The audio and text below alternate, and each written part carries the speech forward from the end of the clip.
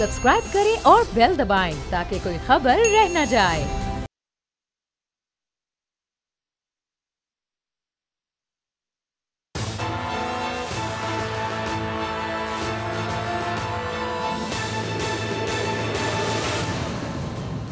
अस्सलाम वालेकुम नाज़रीन, मैं आपका मेज़बान समी इब्राहिम। आप देख रहे हैं प्रोग्राम तज्ज़िया। स्टूडियोज़ में मेरे साथ हैं हमारी को एंकर अलीना इलियास और अमेरिका से हमें ज्वाइन किया है मारूफ सहाफ़ी जनाब अनवर इकबाल ने। और आज मौज़ूआत बड़े ज़बरदस्त हैं, बड़े दिलचस्प हैं। ख्वाजा आसिफ साहब की एक तकरीर है जिसमें वो ओवरसीज़ पाकिस्तानियों को बहुत बुरा भला कह रहे हैं और IMF के साथ जो हमारे मुज़ाकरात हैं, क्योंकि अनवर इकबाल साहब को हमने इसीलिए लिया है कि अमेरिका में और बैरून मुल्क पाकिस्तानियों की क्या सोच है इस वक्त जो पाकिस्तान में हो रहा है। और यहाँ पर कई मुकदमात भी दर्ज किए जा रहे हैं, ओवरसीज़ पाकिस्तानियों को पेनलाइज़ करने की बात की जा रही है, IMF के बारे में मुख्तलिफ़ बातें की जा रही हैं और जो कोई भी हुकूमत के नज़रिए से इख्तलाफ करता है तो उसको झूठा करार दे दिया जाता है। इस पर ये सारे आज मौज़ूआत हैं। कराची में भी जो इलेक्शन हुआ वो भी है, लेकिन सबसे पहले अनवर आप भी चाहें तो इस पर बाद में कमेंट कर सकते हैं।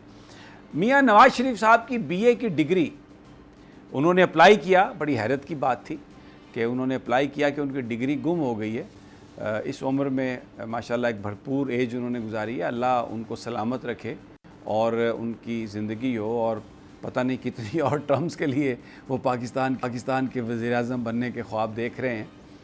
उन्होंने BA की डिग्री के लिए अप्लाई किया और पता चला हमें कि 340 नंबर लिए थे उन्होंने 1968 में। टोटल तब नंबर होते थे 850।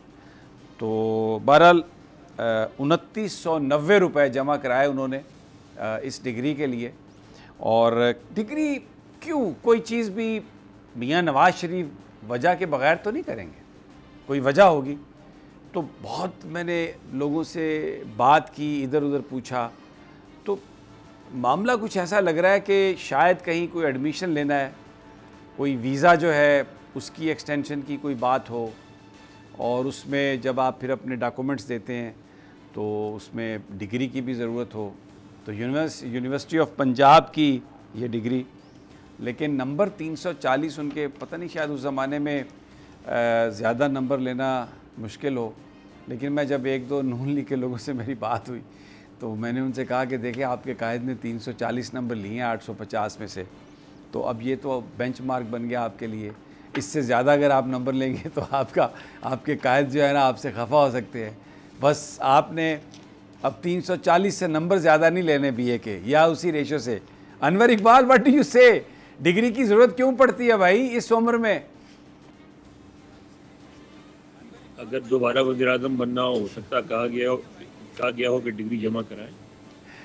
डिग्री मुझे तो ये लगता है कि शायद लंदन में अभी क़याम बढ़ाना चाहते हैं या कहीं और किसी महफूज जगह जाना चाहते हैं और वहाँ पर दाखिले के लिए डिग्री की ज़रूरत है शायद। बिल्कुल मुमकिन है। यहाँ तो आपको मालूम है क्या इंसान हर उम्र में पढ़ता है, तो हो सकता है दोबारा दाखिला ले लें, एक मास्टर्स की डिग्री कर लें वहाँ से, यूनिवर्सिटी लंदन से। क्या बुराई है? हाँ नहीं, there is nothing wrong about it. अच्छा अनवर, मैं आपको ना ख्वाजा आसिफ का एक शॉर्ट सुनवाता हूँ सबसे पहले, जिसमें उन्होंने जो लोग पाकिस्तान से बाहर, और आप और मैं जानते हैं कि जो ओवरसीज़ पाकिस्तानी हैं उनको कितनी मोहब्बत है पाकिस्तान से और कितना उनका दिल दुखता है अगर यहाँ से कोई ऐसी खबर जाए जिसमें कोई परेशानी हो। तो वो हमेशा पाकिस्तान को ही, वहाँ पर रहते तो वहाँ पर हैं लेकिन उनके दिल हमेशा पाकिस्तान के साथ धड़कते हैं। उनका ये भी उसी तरह घर है जैसे अमेरिका उनका घर है। तो जो गुफ्तगू की ख्वाजा आसिफ ने, जब ये भी मैंने देखा है, ये आते हैं पाकिस्तान न्यूयॉर्क में, तो वो सारे हमारे दोस्त हैं, मैं अब उनके नाम नहीं लेता, जो इनको शॉपिंग करवाते हैं और फिर जिनके पास ये ठहरते हैं। बल्कि एक दो दफ़ा तो इनके बैग मैं भी लेके आया, जो मेरे दोस्त ने भेजे कि ये ख्वाजा आसिफ साहब के बैग हैं, आप भी ले जाएं। तो लेकिन इतना बुरा भला कहा इन्होंने ओवरसीज़ पाकिस्तानियों को, मुझे समझ नहीं आई कि क्यों ये इन्होंने कहा। आइए आपको भी ये सुनवाते हैं, प्लीज़ जी चलाइए ज़रा।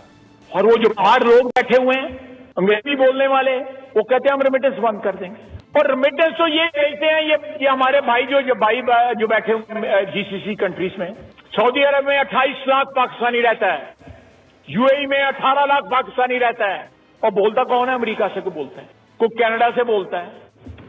जो यहां पे लाशें दफन करने आते हैं अपने बड़ों की जायदादें बेच के वापस चले जाते हैं। यहां किसी को पासपोर्ट नहीं मिलता, वहां पे मिले हुए हैं उनको। And they have the tax और दे हैव द, कितने शेमलेस लोग हैं कि उन मुल्कों में बैठ के पाकिस्तान के खिलाफ साजिशें करते हैं। अब ये अनवर इकबाल शेमलेसली यानी बिल्कुल डिठाई से, बेशर्मी से ये गुफ्तगू कर रहे हैं। अमेरिका में रहने वाले, यूके में रहने वाले, कनाडा में रहने वाले, अंग्रेज़ी बोलने वाले, तो ये आपने जब वहाँ पर ये बात सुनी कैसा लगा आपको? या पाकिस्तानियों से आपकी बात हुई होगी, क्या सोच रहे हैं इस सारी गुफ्तगू के बाद वो? लोगों का अफसोस है इसलिए कि आप यहाँ रह चुके हैं, आपने देखा है, जैसा आपने अभी अपने इंट्रो में कहा कि किस तरह यहाँ के लोग पाकिस्तान से मुख्तलिफ करते हैं। आपको पाकिस्तान का शहरी समझते हैं, हर वक्त पाकिस्तान के लिए कुछ करने को तैयार होते हैं। अब ये मसला सियासी हो गया, इससे साजिद साहब को बहुत बुरा लग रहा है। उनके फेवर में जब होता था, जब आपको देखें हमारे और आपके कई दोस्त हैं यहाँ मुस्लिम लीग के, जब वो बेचारे सारी रात होटलों के बाहर खड़े होकर इंतजार में अपनी गाड़ियाँ लेके बैठे होते थे कि साजिद साहब को कहीं जाना ना पड़े, मियां साहब को कहीं जाना ना पड़े। एक हमारे एक दोस्त है जिनको न्यूयॉर्क बुलाया जाता था वाशिंगटन से, आके कद्दू गोश्त बना दे मियां साहब के लिए। एक साहब जो है वो गजरेला लेके जाते थे और बुलवाया जाता था उनको डेलावेयर से कि आप आएँ, अपनी गाड़ी लेके आएँ। आपको ये भी पता है कि यही कुछ पीटीआई वाले भी करते हैं, यही वाले भी करते हैं। उनको बड़ी मायूसी होती है जब पाकिस्तानियों का एक मजमा मौजूद न हो एयरपोर्ट के बाहर, नारे लगाने वाला, जिंदाबाद जिंदाबाद कहने वाला। लेकिन जब वो जिंदाबाद वाले मुर्दाबाद कहते हैं तो उनको बुरा लगता है। हालांकि नहीं सोचते कि उनके जिंदाबाद में भी पाकिस्तान से मोहब्बत शामिल है, उनके मुर्दाबाद में भी पाकिस्तान से मोहब्बत होता है कि कोई भी शख्स, कोई भी बंदा, कोई भी शख्सियत उनकी नज़र में कम अज़ कम पाकिस्तान के मफाद को नुकसान पहुँचा रहा है तो उन्हें दुख होता है और इसलिए करते हैं। और आप अगर समझते हैं कि नहीं आप नुकसान नहीं, फ़ायदा पहुँचा रहे हैं, आप आएँ, रीच आउट करें, समझाएं उनको। आजकल आने की ज़रूरत नहीं है, आपके पास सारे रिसोर्सेज हैं, सोशल मीडिया है, आप 4 आदमी को लगा दें जिनको हर वक्त समझाते रहें, बताते रहें, कुछ न कुछ दिन में आपकी बात का भी असर हो जाएगा। असल बात यह है कि आपको समझना चाहिए कि इमरान खान की हमदर्दी का जो एक बैकग्राउंड है, कि इमरान खान ने यहाँ शौकत खाना मेमोरियल हॉस्पिटल के लिए काम किया, तो उनकी जो जहर है उस वक्त जो उनके हलीफ बनते थे वो डॉक्टर बनते थे पाकिस्तान के, तो जो हॉस्पिटल के लिए काम हो रहा था, तो उनकी एक लॉन्ग एसोसिएशन बन गई डॉक्टर से। आज वही डॉक्टर्स जो हैं वो उनके साथ खड़े हैं क्योंकि इतनी पुरानी एसोसिएशन है और वो साथ देंगे। दूसरी बात ये कि उनको लगता है, देखिए उनका यहाँ एजुकेटेड क्राउड है, वहाँ से भी अच्छी यूनिवर्सिटीज़ और कॉलेजेस के बड़े बड़े लोग हैं, यहाँ भी आके पढ़ते हैं, डिग्रियाँ लेते हैं, तो उनकी जो दोस्ती बन सकती है वो इमरान जैसे आदमी से बन सकती है, लेकिन ऐसे लोगों से नहीं बन सकती जो जिनके साथ वो एजुकेशनल बैकग्राउंड, वो ज़बान जो एक जार्गन होती है, खास वो जो अंदाज़ होता है वो शेयर नहीं करते, वो इमरान से शेयर करते हैं, तो लिहाजा उनका ताल्लुक बनता है। आप भी ऐसे लोगों को सामने लाएं, आपकी भी नई नस्ल ऐसी हो जिसका इनसे यहाँ से एसोसिएशन। अच्छा अनवर, मैं आपको एक तो मैं आपसे ये रिक्वेस्ट करूंगा कि आप पीटीआई के चेयरमैन कह लें। नाम जो है वो आजकल पैमरा ने हमें ये कहा हुआ है, तो एक आपसे ये रिक्वेस्ट है कि आप अगर रेफरेंस देना है तो आप पीटीआई चेयरमैन कह लें। बात आपकी बिल्कुल दुरुस्त है उनकी एसोसिएशन की, लेकिन मैं एक और चीज़ आपको याद दिलाना चाहता हूँ कि आपको याद होगा जब लेट 80s में और 90s के जब शुरू हो रहा था तो स्टीफन सोलार्स एक कांग्रेसमैन था, पाकिस्तान पर सैंक्शंस के हवाले से उसने जो कुछ किया, तो न्यूयॉर्क में एक कैंपेन वहाँ पर पाकिस्तानियों ने चलाई जो ओवरसीज़ पाकिस्तानी थे, ख़ास तौर पर जो कैब ड्राइवर हैं न्यूयॉर्क के, और इतनी बड़ी रैली और कैंपेन, और उसको इलेक्शंस में हराया। वहाँ पर यूएस कांग्रेस का जो इलेक्शन था उसके मुखालिफ उम्मीदवार को जितवाने में पाकिस्तानियों ने, जो ओवरसीज़ पाकिस्तानी थे, अमेरिका में रह रहे थे, उस हलके में थे, पैसे भी खर्च किए, रिसोर्सेज भी दिए और सियासी मैदान में उसको हराया, क्योंकि वो यूएस कांग्रेस में पाकिस्तान पर सैंक्शंस की जो करारदादें थी उसको वो स्पॉन्सर करते थे और उसके बहुत बड़े वो मुहर्रिक थे। तो पाकिस्तान के लिए जो अमेरिका में रहने वाले पाकिस्तानी हैं, उनकी जो खिदमात हैं, जिस तरीके से उन्होंने जंग लड़ी है पाकिस्तान की, और बार बार जब कैपिटल हिल में हम देखते हैं डॉक्टर्स भी आते हैं, ख़ास तौर पर कश्मीर के लोग भी आते हैं और कैंपेनिंग करते हैं, और मैंने हमेशा देखा है आपको फ्रंट लाइन पे आप आके हमेशा उनकी कवरेज भी करते हैं और एडवाइजरी रोल भी एक तरह से रहा है आपका। तो इस सारे बैकग्राउंड में ख्वाजा आसिफ वो आदमी है जिनको ये सब पता है, यानी ख्वाजा साहब कोई उन सियासतदानों में नहीं है जिनको ये पता नहीं है, तो फिर भी ये स्टेटमेंट इस तरह देनी क्या मतलब इससे क्या उन्हें हासिल क्या होगा? सर देखें, ये तो अब बात सियासी हो गई ना, लेकिन आप ये बताएं, आपने ये देखा होगा कि लोग आते हैं, कहाँ से आए हैं जी? जड़ावाला से आए हैं। कहाँ से आए हैं जी? मीरपुर साखरों से आए हैं। क्या चाहिए? अपने इलाके में 10 ट्यूबवेल लगाने हैं।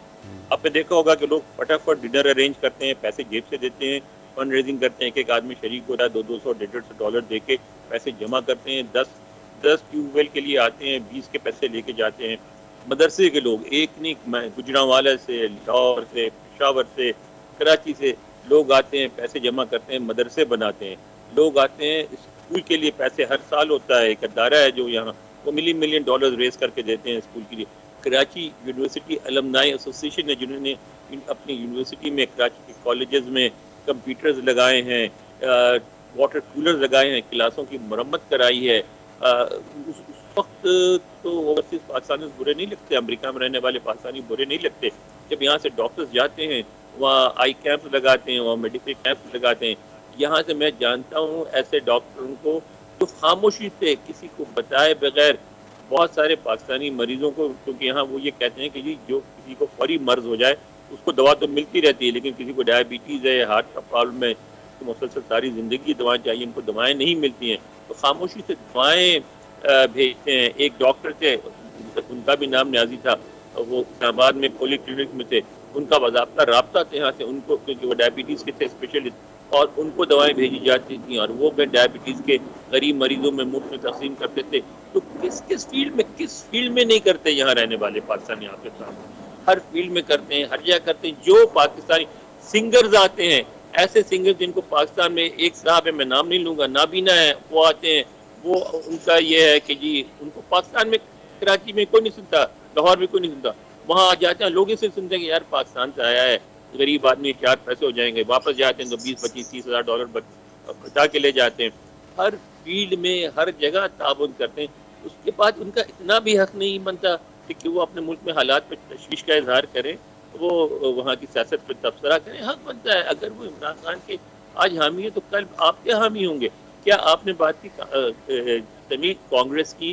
क्या अब कांग्रेस में लॉबिंग नहीं करा रहे? क्या अब मीटिंग नहीं करवाते एम्बेसी? क्या अब कश्मीर डे पे वो न्यूयॉर्क में जो आपके बसों में वो जो बैनर्स लगा के जो घूमते हैं, अब नहीं घूमते, इलेक्ट्रॉनिक पैनल लगा के घूमते, अब नहीं घूमते। अब वाशिंगटन में क्या टैक्सियों पे पैनल लगा के नहीं घूमते? आप हर साल कश्मीर डे मनाते हैं, हर साल।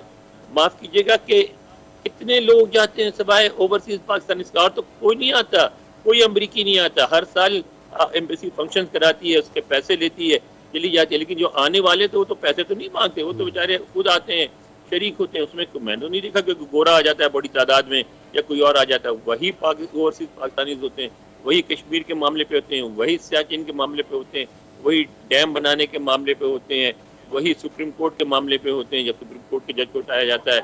हर मामले में कोई बीमारी आती है, कोविड आता है। आप यहाँ थे जब पहली दफ़ा ज़लज़ला आया था, आपने देखा था कि इतना सामान जमा हो गया था कि फिर यहाँ के गरीबों में तकसीम कर दिया जब ज़्यादा हो गया सामान। तो आपने देखा कि जब मतलब ये मुझे तो क्या बयान करूँ, मतलब ये बेचारे तड़पते हैं, रोते हैं पाकिस्तान के लिए। मैंने देखा है ये निराला रेस्टोरेंट में, ये जो डेरे में और न्यूयॉर्क के डेरे में पाकिस्तान में ज़लज़ला आया, सैलाब आया, और यहाँ मीटिंग हुआ और मीटिंग में लोग जोर जोर से रोने लगे याद करके पाकिस्तान को। यार किस तरह की बात करते हैं आप? ये बेचारे वो आपकी मोहब्बत के मारे हुए लोग हैं ख्वाजा साहब, मजबूर लोग हैं, मोहब्बत करने वाले। प्लीज इनको प्यार करें, धक्का ना दें। आप आज हैं, नहीं कल नहीं होंगे, मैं आज हूँ कल नहीं होगा, लेकिन ये जो मोहब्बत है, जो लिंक है पाकिस्तान का, अगर आपने तोड़ दिया तो दोनों तरफ का नुकसान होगा आपका। ये आप ना करें, इनको धक्के ना दें सिर्फ इसलिए कि आज आपकी हिमायत नहीं कर रहे हैं। आप कौन है, मैं कौन हूँ, मुस्लिम लीग कौन है, मुस्लिम लीग तहरीक इंसाफ क्या है? कुछ भी नहीं है, सब कुछ जीरो है। असल पाकिस्तान है, पाकिस्तानी है, मोहब्बत है, इश्क है। इस इश्क को रहने दे खुदा के लिए। अनवर, एक और बात पर मैं चाहूँगा कि आप तबसरा करें, जो बड़ी तकलीफ़ दह बात है कि ओवरसीज़ में जो लोग तहरीक इंसाफ के साथ हैं, जो तहरीक इंसाफ की बात पर लब्बैक कहते हुए वहाँ पर मुजाहरा भी करते हैं, अब उनके लवाहकीन के उनको दबाव में लाने के लिए यहाँ पर पाकिस्तान में जो उनके अजीज़ व अकारब हैं उन पर पर्चे दर्ज किए जा रहे हैं, उनको पकड़ा जा रहा है, इनको उठाया जा रहा है। जो बड़ी आपने खूबसूरत बात की कि जो मोहब्बत है पाकिस्तान और बैरून मुल्क पाकिस्तानियों में, वो रिश्ता जो है उसको तो मजबूत करना चाहिए। अब तो दुनिया ग्लोबल विलेज बन चुकी है, लेकिन ये जो कुछ किया जा रहा है उससे नुकसान होने का अंदेशा है। तो मुस्तरब तो होंगे पाकिस्तानी ये इस तरह की खबरें सुनने के बाद? जाहिर होंगे, मतलब कोई बात है क्या? अगर अच्छा फर्ज करें यहाँ बैठा हुआ एक आदमी वर्जीनिया में कुछ कह देता है किसी भी हिमायत में किसी के खिलाफ, तो उससे क्या पाक अमेरिका ताल्लुकात को नुकसान पहुंच जाएगा या आपको नुकसान पहुंच जाएगा?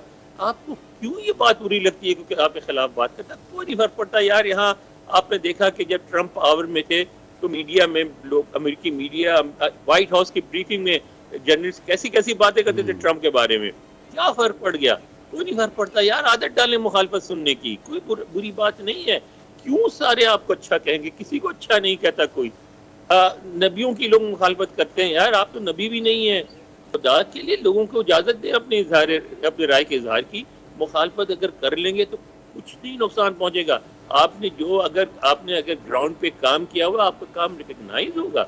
आज भी लोग मोटरवे से सफर करते हैं तो कहते हैं मियाँ साहब ने ये मोटरवे बनाई थी।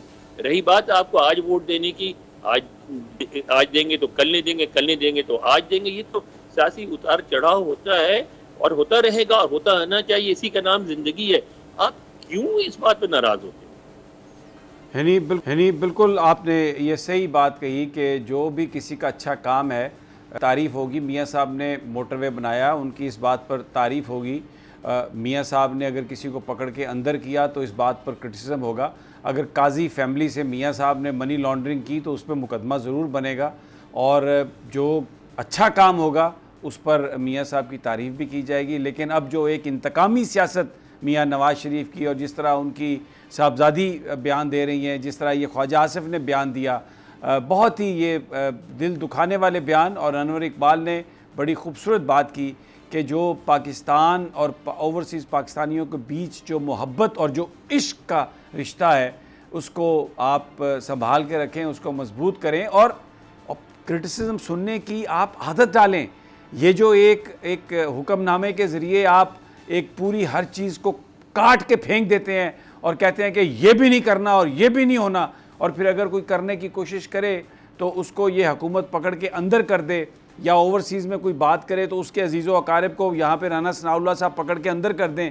ये बातें पाकिस्तान के लिए अच्छी नहीं है, पाकिस्तानियों के लिए अच्छी नहीं है, और इसको रीविज़िट करने की ज़रूरत है। मैं एक छोटा सा वक्फ़ा लेता हूँ। अनवर, आप हमारे साथ ही रहिए।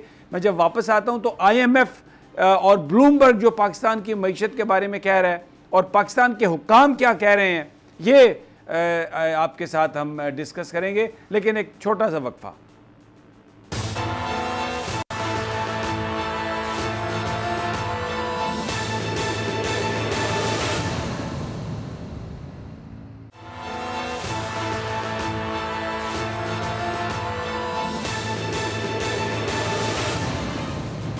वेलकम बैक नाजरीन। पाकिस्तान की सियासत, पाकिस्तान की क़यादत और जो इस वक्त महाज़र आई है उस पर हम बात कर रहे हैं। प्रोग्राम का जो आगाज़ था उसमें मैंने आपको एक ख़बर दी थी कि BA की डिग्री मियाँ साहब ने ली है डुप्लिकेट, 340 नंबर 850 में से।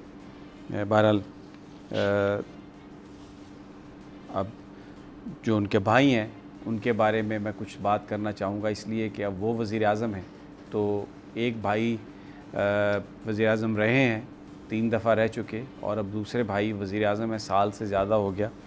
और हमारी जो क़यादत है उसका जो रवैया है, जिस तरीके से वो बाहर पाकिस्तान को रिप्रेजेंट करते हैं, आइए मैं आपको दिखाता हूँ। वो आज़रबाईजान में है और वहाँ पर वो जिस अंदाज़ में गुफ्तगू फरमा रहे हैं, साथ उनके एक तारक फ़ातमी साहब हैं जो पहले पर्सोना नॉन ग्रेटा जिनको डिक्लेयर कर दिया गया था, फ़ॉरेन ऑफिस में मना कर दिया गया था कि वो वहाँ पे ना आए।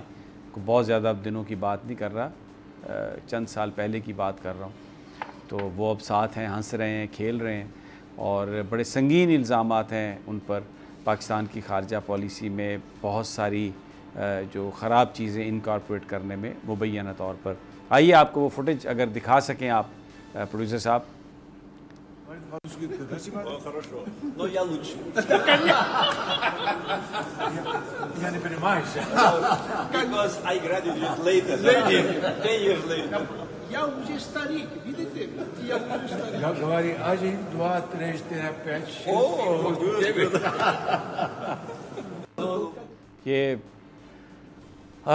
कह के इतने उस मुल्क के वज़ीर आज़म और साथ उनके एक एडवाइज़र जो शायद पाकिस्तान से ज़्यादा किसी और मुल्क के लॉयल हैं, वो जिस मुल्क में भूख है, बेरोज़गारी है, गुर्बत है, जिस मुल्क में पॉलिटिकल वर्कर्स को दहशतगर्द करार दे के पुलिस पकड़ के अंदर कर दे और फिर उनको छोड़ने के पैसे मांगे। ज़रा आप पूछें लोगों से, हमारे अपने ऑफिस के कुछ लोग हैं, उनके अजीज़ों अकारिब जो बेचारे पुलिस ने उठा लिए और अब वो उनको छोड़ने 780 भी लग गया और अब अगर उनको वो कहते हैं कि वहाँ पर वो किसी भी जगह पर मौजूद नहीं थे तो पैसे मांगते हैं।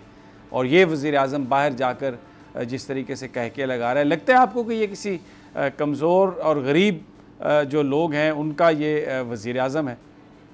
चंद दिन पहले की भी एक फुटेज दोबारा दिखाना चाहता हूँ, ज़रा देखिए कि किस अंदाज़ में ये बिल्कुल एक मस्खरों की तरह अपने आप को ये वहाँ पर पेश कर रहे हैं। क्या ऐसा होता है पाकिस्तान का वज़ीर आज़म? ये मैं तुर्की में वो जो आम लेके गए और ज़रा एक्शन अगर आप दिखा सकें इनके तो।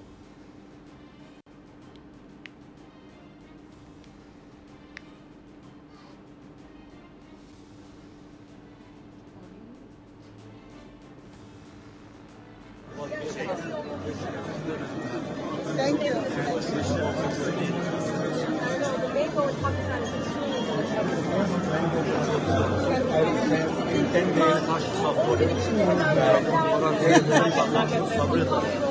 Çok teşekkür ederim. Sağ olun. Thank you.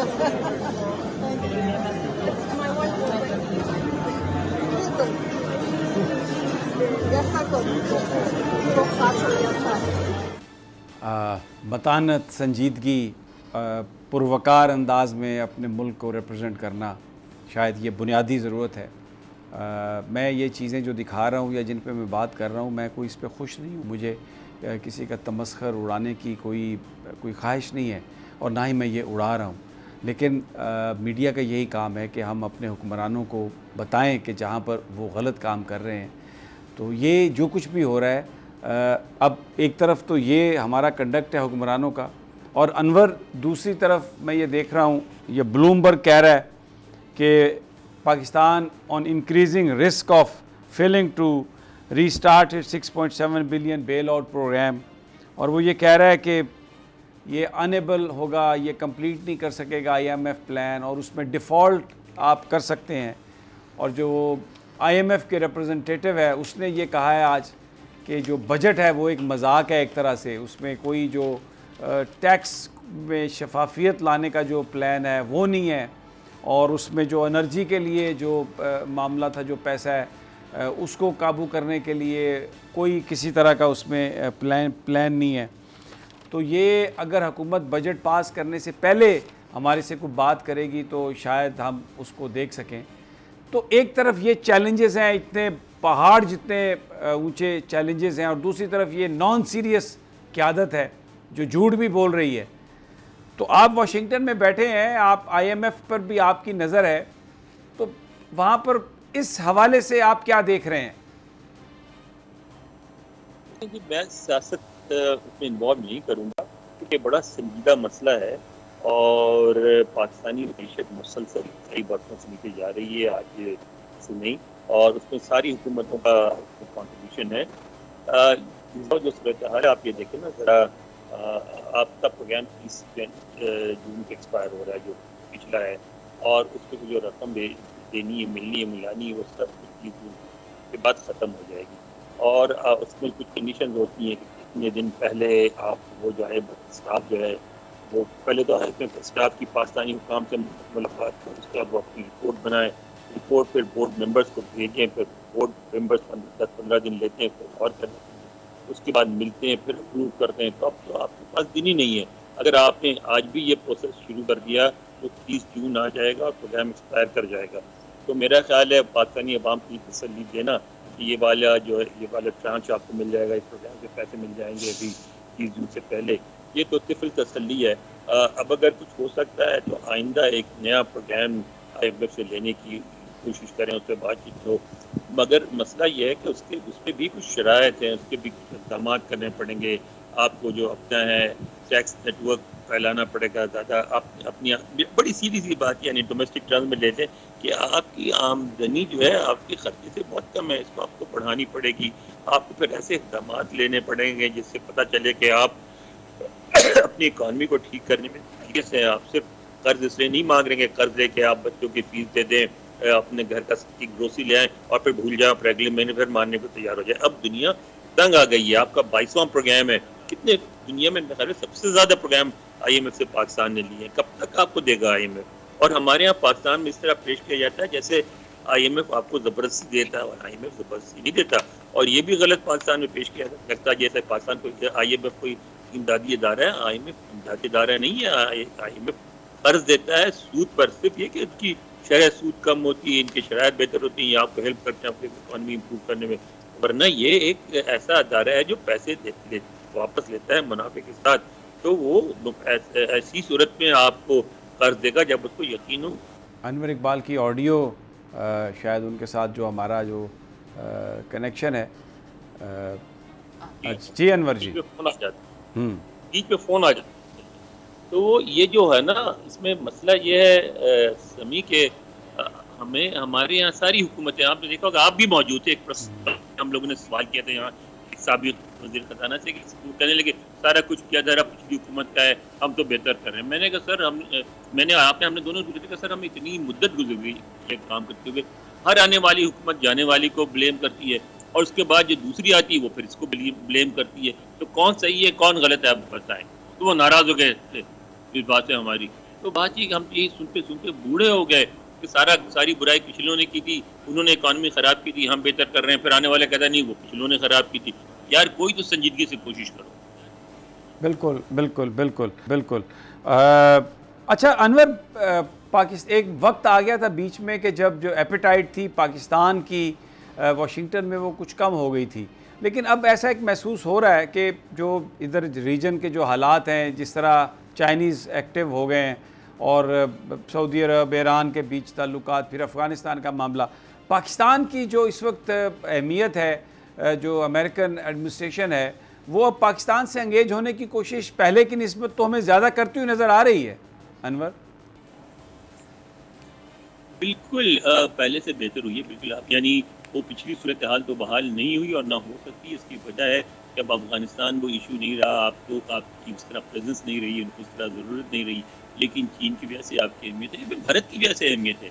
America ये तो ज़रूर चाहता है कि भारत से उसके ताल्लुकात मज़ीद गहरे हों और भारत एक रीजनल इकनॉमिक पावर बल्कि एक वर्ल्ड इकनॉमिक पावर बन के उभरे। लेकिन वो ये भी नहीं चाहेगा और नहीं चाहता, साहब उन्होंने अपने हालिया बयान में ये जाहिर भी कर दिया है कि पाकिस्तान खुदा न खास्ता तबाह हो जाए या ख़त्म हो जाए, क्योंकि पाकिस्तान एक ऐसी अहमियत है जिससे दोनों चीन और भारत दोनों के लिए अहम है।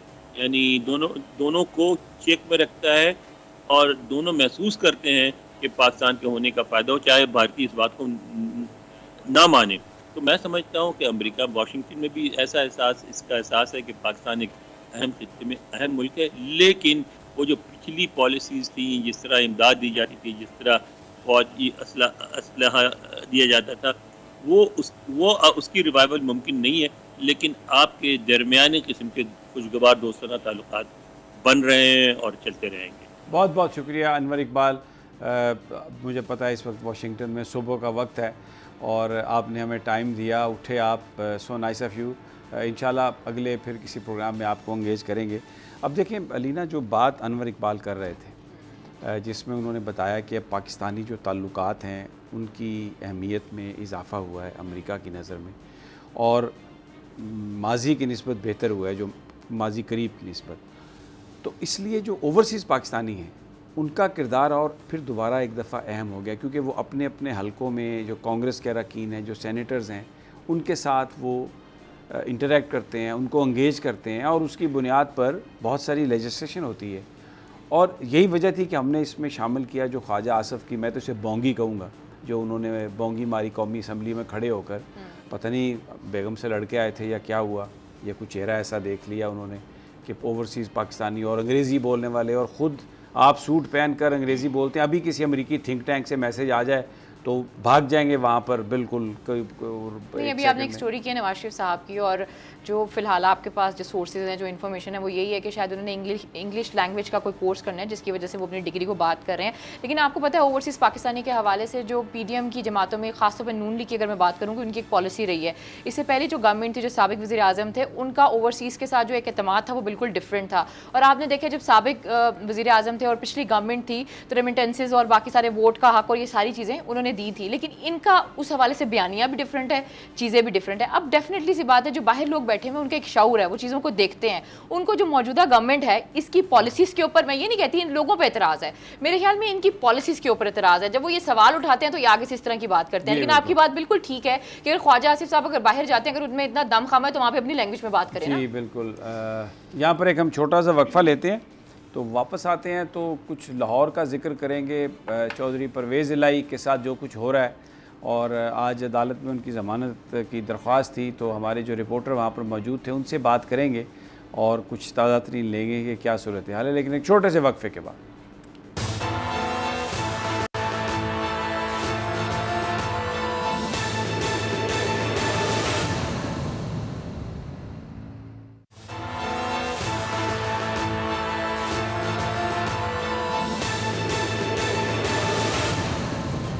वेलकम बैक नाज़रीन।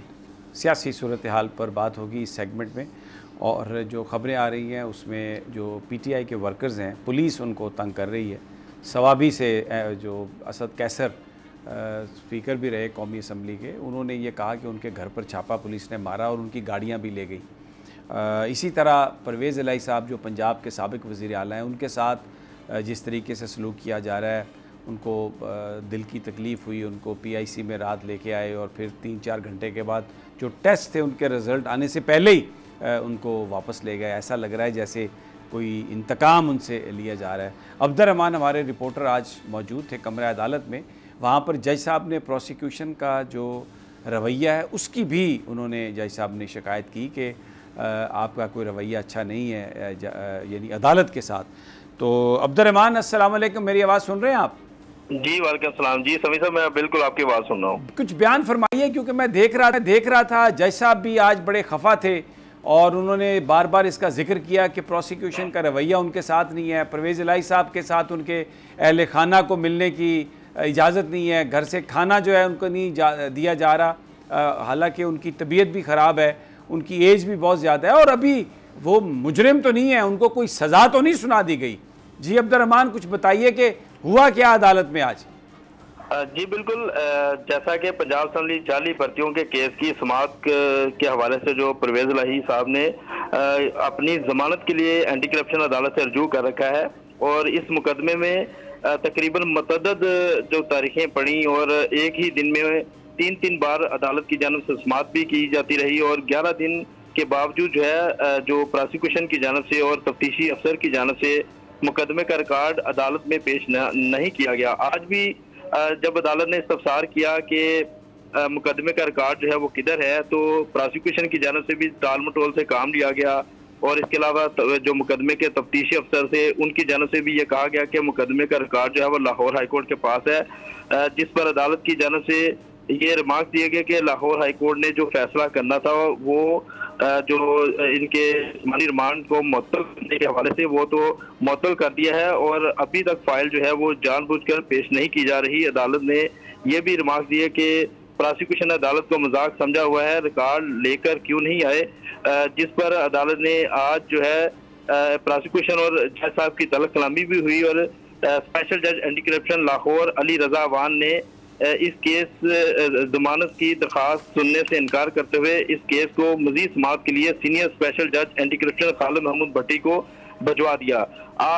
इसी जमानत की जो दरख्वास्त की समाअत है वो कल स्पेशल जज एंटी करप्शन खालिद महमूद भट्टी करेंगे, क्योंकि 11 दिन होने के बावजूद मुतअद्दिद जो समातें हुई हैं उसमें जो प्रोसिक्यूशन का रवैया भी देखा गया है और तफ्तीशी अफसर का जो रवैया है वो भी अदालत के लिए जो है वो गैर यकीनी सूरत हाल थी, क्योंकि तफ्तीशी अफसर के बारे में बार बार ये कहा गया कि वो कोयटा किसी और मुकदमे की तफ्तीश के लिए गए हुए हैं, जिस पर अदालत की जानिब से मुतअद्दिद बार ये तंबीह भी की जाती रही और आज तफ्तीशी अफसर की जानिब से जो है रिकॉर्ड पेश करने में टाल मटोल भी किया गया और जो प्रोसिक्यूशन की जानिब से ये कहा गया अदालत को कि जो रिकॉर्ड पेश करना उनकी जिम्मेदारी नहीं, जिस पर अदालत ने सख्त इज़हार बरहमी भी किया और प्रोसिक्यूशन के हवाले से ये कहा कि ये रवैया जो है वो नाकाबिले बर्दाश्त है। चौधरी परवेज इलाही चूँकि बुजुर्ग सियासतदान है और वो अदालत में उनको जिस तरह से पेश किया जाता है और आज चूँकि जमानत की दरख्वास्त थी तो उनके वकील ने भी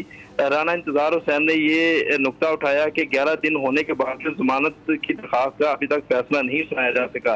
प्रोसिक्यूशन के इसी रवैये की वजह से जज साहब को इस मुकदमे से खुद को अलग भी करना पड़ा है और इसी केस की मजीद समाअत जो है समी साहब ये कल होगी। अच्छा अब्दुर्रहमान, ये तो आपकी सारी गुफ्तगू से और जैसे हम खबर पढ़ रहे थे कि ये जो प्रोसिक्यूशन है ना ये अदालत को कुछ समझती है, रिकॉर्ड तक वो पेश नहीं कर रहे और चौधरी परवेज़ इलाही साहब की जो अहलिया है मैं उनका बयान देख रहा था कि उनको मिलने नहीं दिया गया परवेज़ इलाही साहब से, अहले खाना को नहीं मिलने दिया जा रहा और इसी तरह शायद उनके वकील को मिलने में भी प्रॉब्लम होगी। तो ये जो रवैया एक तो उनके साथ है, दूसरा यहाँ पर मैं पिंडी में कुछ आज मैंने इन्वेस्टिगेट किया, कुछ लोग मेरे पास आए तो मालूम हुआ कि पुलिस जो है जिन लोगों को पकड़ा गया है उनसे पैसे ले रही है, खाने के भी पैसे और नाम डालने के भी पैसे, निकालने के लिए ज़िमनी में कुछ चीज़ें फेवरेबल लिखने के भी पैसे। तो ये तो पुलिस ने मुबैना तौर पर एक कारोबार खोल लिया है। लोगों को, सियासी वर्कर्स को, उन्हें कहते हैं तुम्हें दहशतगर्द बना देंगे, पैसे दें। तो लाहौर में भी कुछ आपको ऐसी कंप्लेंट्स कुछ मिली हैं, लोगों से कोई बात हुई आपकी, या ये सिर्फ मैं इधर पिंडी में देख रहा हूँ? नहीं सर, ये बात बिल्कुल ऐसा ही है। ये जब अदालत में पेशी पर आते हैं मुल्ज़मान, उनकी जानिब से ये बड़ी जो है ये कारकुन है, चूँकि सियासी जमात से इनका ताल्लुक है, तो उनका यही कहना है कि दहशतगर्दों की तरह एक रवैया जो है इनका है, तरफ जो है इनको घर वालों से मिलने की भी इजाज़त नहीं दी जाती, कोई अशिया ज़रूरियत की जो चीज़ें हैं वो भी उन तक पहुंचने नहीं दी जाती और उन सब के रेट मुकर्रर हैं। ये बातें बिल्कुल सुनने में आती हैं और इसमें कोई दो राय नहीं। और इस हवाले से जब पुलिस एहलकारों से जब बात की जाती है तो उनका रवैया सहाफ़ियों के साथ भी तल्ख होता है। इसकी एक वाज़ेह मिसाल ये है कि इंसदाद दहशतगर्दी लाहौर की अदालतों में जो रिपोर्टर यहाँ पे कवरेज के लिए हम लोग जाते हैं तो हमारी एक लिस्ट वहाँ पे मौजूद है, क्योंकि ये जो इस किस्म के मामलात के हवाले से जब हम रिपोर्टिंग के लिए या जल्दी खत्म करें अब्दुर्रहमान, टाइम खत्म है जी। सियासी कारकुनों से जब बातचीत करने की हमने कोशिश की तो पुलिस की जानिब से बहुत शुक्रिया अब्दुर्रहमान। बड़ा ये अफसोसनाक है कि पुलिस कारोबार शुरू कर रखा है और खाना पहुँचाने के, मुलाकात करने के और पता नहीं ना जाने किस किस के रेट्स मुकर्रर हैं और पैसे लिए जा रहे हैं। बहुत ही ये अफसोसनाक है और बड़ा शर्मनाक है इंतज़ामिया के लिए कि पैसे जो हैं उसके लिए एक दुकान खोल दी गई है थानों में। बहरहाल ये था आज का तज्जिया, कल फिर इंशाल्लाह मुलाकात होगी अल्लाह ने के बाद।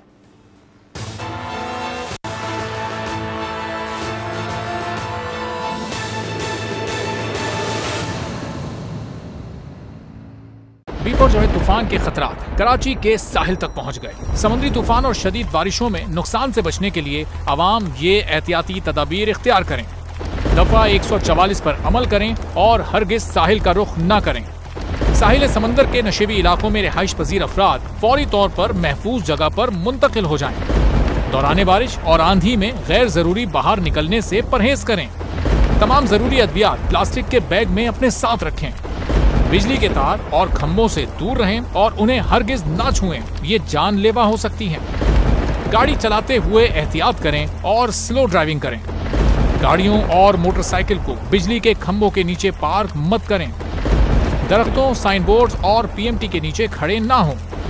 जनरेटर या पानी की मोटर को गीला होने से हत्तुल इम्कान बचाएं। सिंध हुकूमत और NDMA की जानिब से अवामी इमदाद के लिए हेल्पलाइन नंबर जारी किए गए हैं। आवाम से गुजारिश है किसी भी इमरजेंसी की सूरत हाल से निपटने के लिए स्क्रीन पर मौजूद इन नंबर्स पर फौरी राब्ता करें। आंधी और तूफान से बचने की दुआ। ए अल्लाह, इसे रहमत बना और इसे अजाब ना बना। ए अल्लाह, इसे नफे वाली हवा बना और नुकसान वाली हवा ना बना।